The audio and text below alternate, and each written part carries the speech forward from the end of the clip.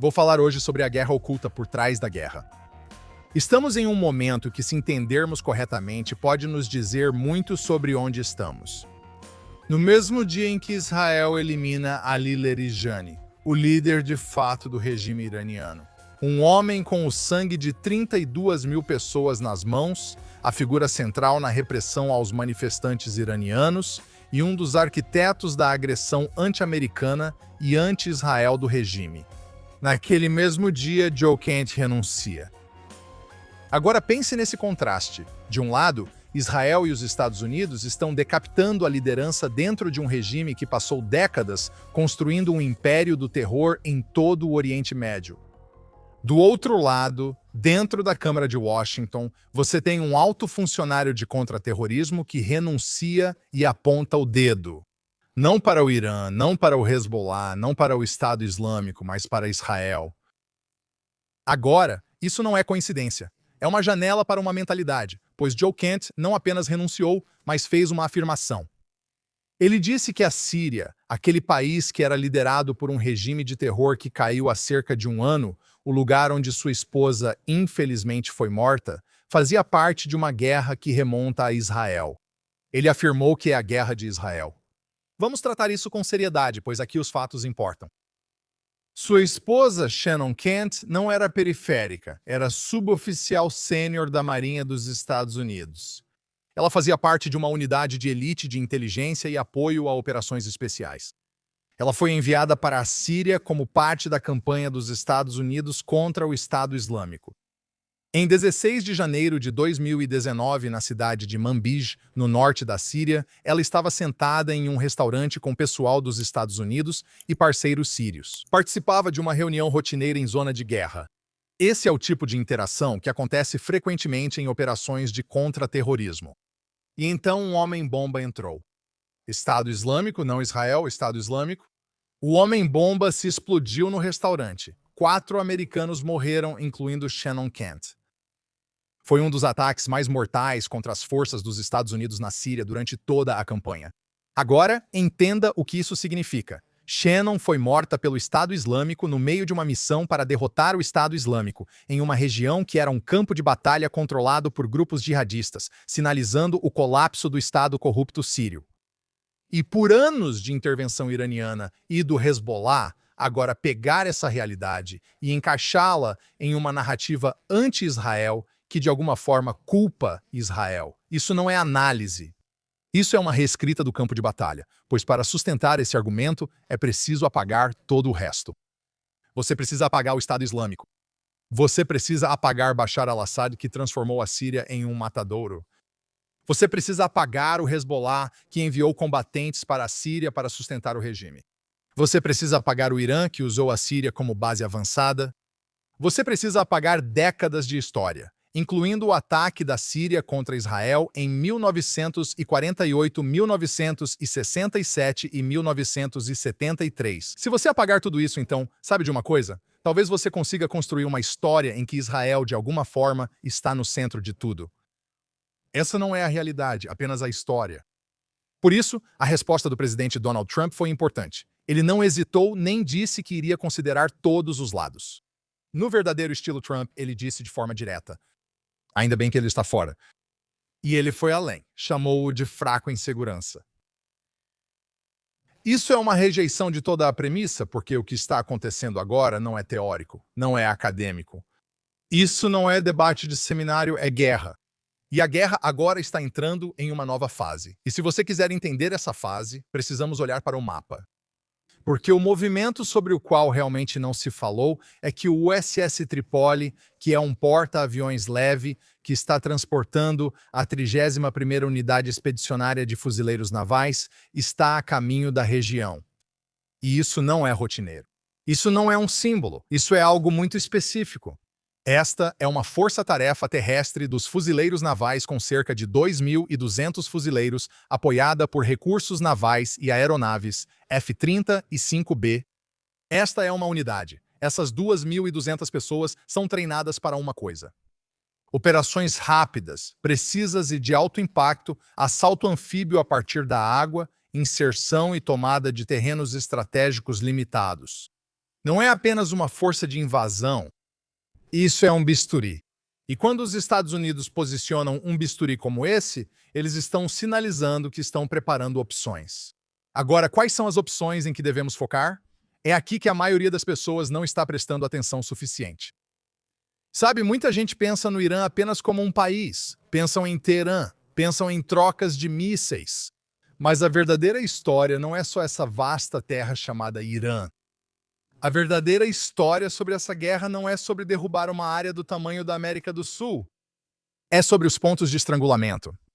Atualmente, o principal ponto de estrangulamento mundial, segundo as notícias, é o Estreito de Hormuz. Hormuz foi projetado para ser uma zona de abate, ou seja, qualquer coisa que entra, as portas se fecham e ela é destruída. Precisamos compreender os números sobre Hormuz, pois muito se fala nas notícias, mas poucos realmente entendem. No seu ponto mais largo, o Estreito de Hormuz tem cerca de 56 a 96 quilômetros de largura. Mas as rotas de navegação reais, que são liberadas para os petroleiros, têm apenas cerca de 3 quilômetros de largura em cada direção. 3 quilômetros. Isso significa que um quinto do suprimento mundial de petróleo está passando por um corredor que é mais estreito do que o Upper East Side. Não é mar aberto, é como um funil. E o funil é cercado, e isso foi de propósito, por território iraniano e território omanense. E o Irã montou posições e capacidades. Eles têm mísseis, eles têm drones, eles têm minas navais e têm túneis. E desses túneis eles têm jihadistas e pessoas que trabalham para o regime, combatentes que podem sair, atirar em um petroleiro e desaparecer no subsolo. Eles têm embarcações de ataque rápido. E mais importante, eles têm ilhas. Porque o verdadeiro controle de Hormuz não vem só da terra, na verdade vem da água. Você sabe, há uma série de massas de terra ao longo desse pequeno corredor. Ilha de Qashem, que fica bem perto de Bandar Abbas, que é um dos pontos-chave do regime iraniano. É uma plataforma usada pelo Irã ao longo desse corredor estreito para vigilância. Eles conseguem ver quais navios estão chegando e também usar para posicionar e projetar força no estreito. Os navios diminuem a velocidade quando passam por essa ilha, o que os torna alvos fáceis, o que os torna alvos suscetíveis. Depois você tem Abu Musa, Tumbe Maior e Tumbe Menor. Então são 4 pequenas ilhas, mas estrategicamente elas são enormes. Elas são posições avançadas de operação nessa pequena área de Hormuz. E são desses lugares que o Irã monitora o tráfego marítimo. Eles miram nesses navios e os ameaçam. E isso é fundamental de entender. Porque se você controla as ilhas, você controla o estreito. Agora vamos nos mover para o norte, afastando-nos do próprio Hormuz para outra ilha chamada Karg. Karg é muito mencionada. Karg não está no estreito, mas é igualmente importante, porque depois que você passa por essa zona de abate, você tem essa ilha, Karg, por onde cerca de 90% das exportações de petróleo do Irã passam. Então, deixe-me repetir isso. 90% das exportações de petróleo saem desta ilha chamada Karg. Agora, não é só infraestrutura, esta é a artéria financeira do regime. Então você tem a artéria marítima de grande parte do transporte de petróleo do mundo que precisa passar por Hormuz, que é uma zona de abate. E então você tem a artéria financeira logo ao norte disso. E é aqui que a história se amplia. Entra em cena a China. Como eu continuo dizendo, isso remonta à China. Grande parte dessa guerra remonta à China. Se não entendermos isso, não podemos entender o que está acontecendo no Oriente Médio. Não podemos entender o que está acontecendo no Irã. Acredito que não conseguimos entender o que motiva os Estados Unidos, nem o rumo disso. A China é um país enorme, com uma população enorme, mas falta a ela recursos naturais essenciais, em especial o petróleo, enquanto os Estados Unidos podem ser totalmente autossuficientes em petróleo, que é a trajetória dos Estados Unidos neste momento. A China importa mais de 60% do seu petróleo. Quase metade do petróleo marítimo da China atravessa o Estreito de Hormuz. E quando você olha especificamente para o Irã e a Venezuela, 2 regimes que têm se alinhado contra os Estados Unidos e a favor da China, juntos eles representam quase 20% das importações de petróleo da China. Então, quando falamos sobre operações ao redor de Hormuz, ao redor da ilha de Karg, ao redor desses pontos de estrangulamento marítimos, não estamos falando apenas do Irã. Estamos falando sobre o suprimento de energia da China. Estamos falando sobre o combustível que alimenta o crescimento militar da China, sua base industrial e, mais importante ainda, as ambições globais da China. Mas vai muito além do petróleo. A China não compra só petróleo iraniano. Ela tem sustentado o regime com aquilo que a China sabe fazer de melhor. Pense na Praça da Paz Celestial. A China fornece ao regime iraniano sua tecnologia de vigilância, os sistemas de reconhecimento facial, os sistemas que o Irã utiliza. Após esses protestos, eles rastreiam todos esses rostos para que possam se vingar depois que essas pessoas saem das ruas. E toda a arquitetura de controle da internet que derruba na internet, os firewalls, todas as ferramentas que permitem ao regime em Teherã monitorar, reprimir e controlar sua própria população vêm da China. A China quer que o regime permaneça no poder porque sabe que o regime precisa de dinheiro. A China lhes dá dinheiro, centenas de milhões de dólares, e o regime dá petróleo para a China. Ao cortar as exportações de petróleo do Irã, não apenas enfraquecemos o regime, estamos interrompendo toda uma rede. E por que isso importa? O poder, a afirmação do poder no mundo moderno é construída sobre duas coisas. Se um país tem energia suficiente e se um país tem a tecnologia certa, a energia é o que alimenta o sistema, certo? É o que o mantém funcionando. A tecnologia, nos dias de hoje, especialmente semicondutores e chips, é o que faz tudo funcionar. Os chips alimentam tudo. Os chips da China, os chips de Taiwan, aqueles que os Estados Unidos estão tentando fabricar, mas principalmente em Taiwan, estão alimentando nossos sistemas de mísseis. Eles estão alimentando nossos caças, nossos drones, nossos satélites, nossas redes de comunicação, seu telefone, a navegação no seu carro, a inteligência artificial, as redes de energia em todos os Estados Unidos, o transporte, os monitores nos seus hospitais. E onde esses chips estão concentrados? Eles estão concentrados em Taiwan. Então agora começamos a ver o quadro completo. A guerra no Oriente Médio, que envolve Hormuz e o petróleo do Irã, que afeta o suprimento da China, que se conecta diretamente ao equilíbrio de poder na Ásia. Isso não é um conflito do Oriente Médio, isso é uma disputa global. E é por isso que o movimento daquele navio Trípoli importa, pois sugere que talvez, e você está ouvindo isso aqui primeiro, não ouvi muito sobre isso nas notícias. Talvez você tenha ouvido. Acho que estão ignorando isso pelas demissões como a de Kent e pelo sucesso extraordinário da guerra, eliminando a liderança, o que é milagroso. Mas a próxima fase da guerra pode não ser apenas sobre mais ataques, e eu não acho que vai ser. Os ataques vão continuar. Vai ser sobre o controle seletivo e preciso de pontos-chave, as ilhas, a infraestrutura de petróleo e os pontos de estrangulamento marítimos. Agora, imagine que você tem uma cobra. Você quer pegar a cobra pelo pescoço. Se apertar o pescoço dela em outro lugar, ela morde. Segurando pelo rabo ou cabeça, também morde. Tem que acertar o ponto de estrangulamento. O ponto de estrangulamento do Irã e da China são essas ilhas. Elas controlam o fluxo de gás e controlam a interrupção do transporte marítimo. Não se trata de ocupar o Irã. Não se trata de construir uma nação. Não é isso que Israel ou os Estados Unidos estão interessados. É sobre eliminar a capacidade do regime de se financiar e de ameaçar a economia global. A construção de regimes não vai vir dos Estados Unidos ou de Israel. Esse tempo, sabe, em que países ao redor do mundo tentavam impor regimes, já passou. O regime no Irã vai estar nas mãos do povo iraniano. Como exatamente isso vai acontecer, acho que ninguém tem certeza, mas sabemos que vai vir de baixo, do povo. Vai vir dessa população, da grande maioria dos iranianos que querem que esse regime caia, que estão agora mesmo em cima de seus telhados.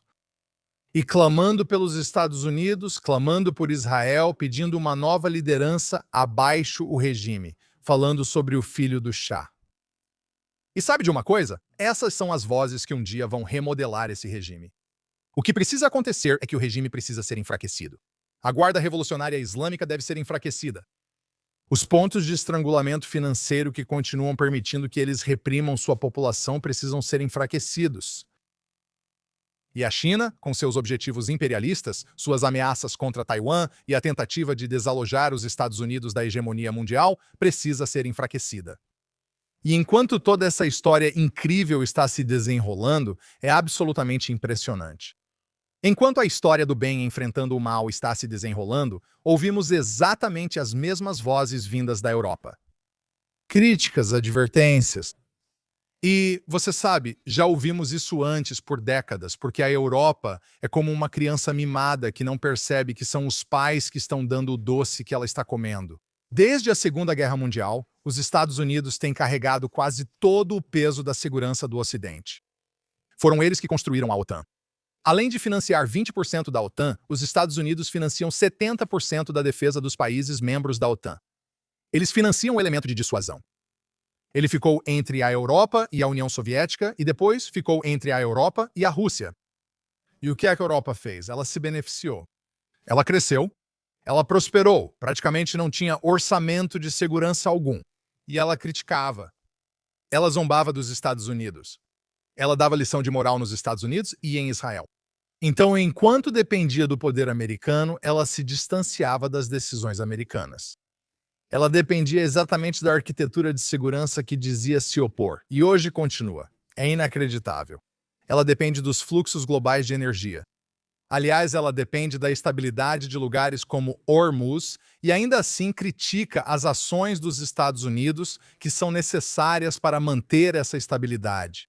Os Estados Unidos, por outro lado, são muito menos dependentes de Hormuz, mas ainda assim intervêm porque a liderança exige isso. É exatamente isso que está sendo desafiado agora. A ideia de que a segurança pode ser terceirizada, de que a Europa pode terceirizar sua segurança, viver e deixar viver, e depois criticar as pessoas que estão fornecendo essa segurança para eles. A ideia de que o poder pode ser dado como certo, essa era está chegando ao fim. E está chegando ao fim rapidamente. Quando Trump disse que não esqueceria a resposta da OTAN ao que ocorre no Irã, não se trata de vingança. É sobre um entendimento básico de que o bem precisa se opor ao mal, e parece que a Europa está jogando a toalha. E está saindo da esfera global para uma esfera isolacionista, onde vai ficar sozinha. Diz que não vai se preocupar com eventos globais, enquanto está sendo consumida internamente pela imigração que é permitida em seu país. Não sou contra a imigração. Meus parentes imigraram, talvez os seus também, mas não para um país que dizem publicamente querer destruir. Enquanto o mapa global está mudando e todos esses grandes eventos estão acontecendo, e os Estados Unidos e Israel estão se posicionando contra o Irã e contra a hegemonia chinesa em todo o mundo, Israel está lidando com algo muito imediato, sua fronteira norte. Apenas 2 dias atrás, tive o privilégio de me sentar com o ministro da Defesa de Israel, Israel Katz, e ele disse algo muito simples, muito direto. Ele afirmou que os xiitas só retornarão ao sul do Líbano quando os israelenses do norte viverem em segurança. Agora, isso não é apenas um slogan. Isso é uma doutrina que está sendo respaldada por recursos militares, e isso nos obriga a enfrentar outra ilusão. A chamada linha azul. A linha azul tem sido a fronteira de fato, a fronteira declarada entre Israel e o Líbano. Agora, isso foi feito durante o acordo Sykes-Picot, há quase 100 anos por pessoas na Europa que não entendiam a topografia e desenhavam linhas em um mapa com marcador, nem mesmo com caneta. Eles traçaram uma fronteira entre Israel e o Líbano. No entanto, não é uma barreira natural. É literalmente uma linha desenhada em um mapa. Imagine um campo aberto onde alguém coloca uma linha bem no meio do campo entre 2 países. Não há nada impedindo que eles passem de um lado para o outro. É exatamente assim que é entre Israel e Líbano. É um terreno completamente indefensável. A única barreira natural real no sul do Líbano é o rio Litani. O rio Litani é um rio localizado em algum lugar entre 20 quilômetros, dependendo de onde você está, ao norte de Israel até 5 quilômetros ao norte de Israel, na ponta de Israel, que é chamada de Alta Galileia. É um limite geográfico. E é aí que existe uma linha defensável. Por isso, ao falar de segurança, não se pode falar de linhas no papel. Você tem que falar sobre o terreno. Sim, voltamos ao terreno. Nem tudo é decidido, sabe, com base em aviões. As decisões são tomadas como vimos em 7 de outubro com o plano do Hezbollah e em outros lugares como Ucrânia e Rússia pelo mundo. As guerras ainda são baseadas no terreno, porque se você tem um terreno plano que é indefensável, as forças terrestres podem encontrar uma maneira de passar por isso. E tudo o que eles precisam fazer é tomar reféns, enviar alguns milhares de combatentes para realizar um ataque com muitas vítimas. Eu olho para Pete Hegseth, o secretário de guerra americano, e ele tem toda a razão. Ele afirmou que essas não são guerras politicamente corretas. Elas são guerra. E guerra não é sobre agradar observadores, é sobre garantir a realidade. Pode não ser politicamente correto falar sobre Israel restabelecer a fronteira dentro do Líbano ao longo do rio Litani, mas eu acho que depois de mais de 20 anos lutando contra o Hezbollah, ataques transfronteiriços, milhares de foguetes sendo disparados, a reinfiltração do Hezbollah no sul do Líbano, misturando-se com aquela população dentro de túneis, dentro de olivais, pelos quais eu já caminhei e muitos de vocês me acompanharam online. Isso é impossível de impedir se você não tiver uma fronteira natural que possa ser estabelecida e na qual você possa saber exatamente quem está operando e vivendo no sul do Líbano. E isso se chama realidade. Nós temos que deixar de lado guerras politicamente corretas e lidar com guerras corretas. E é disso que se trata. O Irã é uma guerra correta contra um regime suicida e maníaco. Um regime terrorista que diz e já agiu matando americanos e matando israelenses. E agora está lutando contra todos os outros países do Oriente Médio. Que tentou brincar e fazer barulho com isso todos esses anos? É sobre parar isso. É sobre parar o Líbano. E não se enganem, Hezbollah é igual ao Irã. Enquanto Israel estiver enfrentando o Hezbollah a apenas 16 quilômetros ao norte de sua fronteira ou em sua fronteira, é o mesmo que ter o Irã ali. Ninguém permitiria que o Irã existisse nessa fronteira. Por isso precisamos reafirmar a linha azul até o rio Litani. Pode não ser politicamente correto, mas está correto. Pessoas como Joe Kent e seus seguidores só olham para trás, reescrevem o passado, culpam Israel e tentam ignorar a realidade.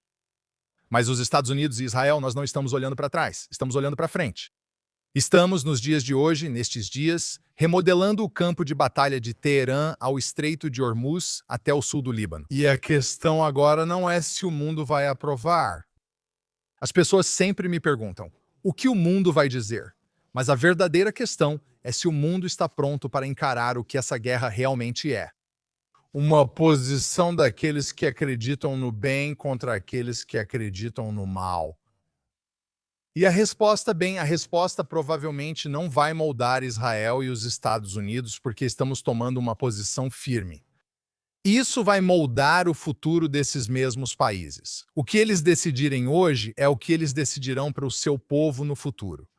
Tomar uma posição pelo bem significa que você está do lado certo. Tomar uma posição pelo mal significa que você está do lado errado. E não tomar uma decisão, não se engane, isso significa que você está do lado errado. Vamos ver como isso se desenrola nas próximas semanas. Obrigado por me acompanhar no podcast True East.